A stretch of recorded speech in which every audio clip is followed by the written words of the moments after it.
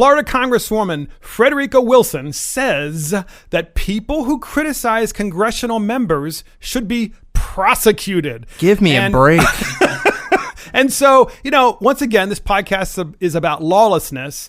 And, here she is. You got to hear it for yourself. Those people who are online making fun of members of Congress are a disgrace. And there's no need for anyone to think that is unacceptable. We're going to shut them down and work with whoever it is to shut them down, and they should be prosecuted. You cannot intimidate members of Congress, threaten members of Congress. It is against the law, and it's a shame in this United States of America. Let's unpack this one. This will be fun. So she said, I just want to say the last part of that was, and there is no need for anyone to think that it is unacceptable. I think she meant to say acceptable. So there's a small English, problem there. But no surprise from this particular congresswoman rather. She has a history of this. Gentlemen, I want to hear your thoughts on this. Lawlessness. First things first, freedom of speech, freedom of expression. You can say whatever you want. Just, use common sense. Don't yell fire in a crowded building, etc. But, when you're a public figure in this day and age, you are fair game. She did make one mention about threats. If you threaten someone's life, you're probably going to be investigated by the authorities. That's their right to do. Make sure you're not actually going to cause harm or threat of violence. But, criticisms, making fun of, that's all what cartoonists do and make caricatures of politicals. I go on Politico and watch it all the time. The cartoon weekly carousel. It's great. Of course, it's hilarious. Yeah, absolutely. So honestly, she's probably going to have herself a little caricature on Politico probably this week because of this. I think Fuji, what would you say to your congresswoman? This just goes to the sickness that is a congressman, right? This is the sick. They think that they're a protected class and they deserve rights that not everyone else has. That you can't criticize your elected official now. You have to take their word for it. Whatever they say goes. Like they don't represent the people, and the people don't have the ability to voice their opinions. I mean, this is insane. She seriously thinks that she's in a protected class. How dare someone criticize her? Last time I checked, a congressperson is one of the people elected by the rest of the people in their normal communities to go represent them. You're still there. You just have a higher elected office, but you're still on the level playing field. She's in Congress saying, lock them up. And she's talking about all of us. There's one thing I know about the internet. It's the best way to get the internet to do something is to tell them not to do it. So, that was Adam Couture, our producer, by the way. Can't wait to see the memes that's going to be made about her. It's going to be great. Adam may remember Bodie McBoatface when they had a naming competition of a new British research vessel. People made it Bodie McBoatface say, please don't vote for this. It won the competition.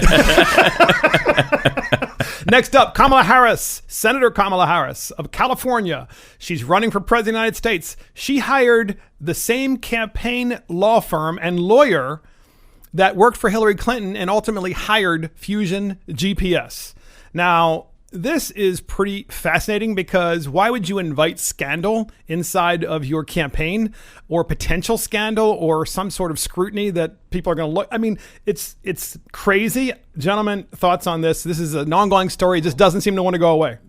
To me, this goes to the theme lawlessness, right? It goes to show you that the Democrats think that an effective strategy is to avoid the facts, right? I mean, basically the whole Fusion GPS thing was unverified information that was put out there to spin and create this frenzy. And why not? If you're in a campaign and you want to crush somebody, why not just throw out some unverified information? That's what it's come to. They believe in, spinning information for political gain rather than actual facts.